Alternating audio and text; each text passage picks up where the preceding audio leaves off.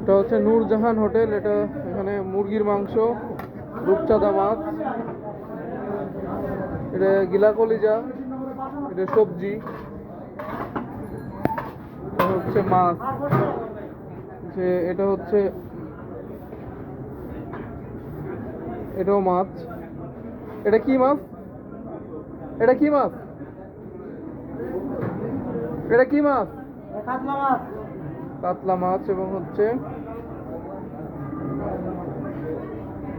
এই সাইডে আছে অনেকগুলো, এটা তেলাপিয়া মাছ আর আছে, এটাও আছে পাবদা মাছ। হাঁসের মাংস এবং বিভিন্ন পদের মাছ আছে নূরজাহান হোটেল।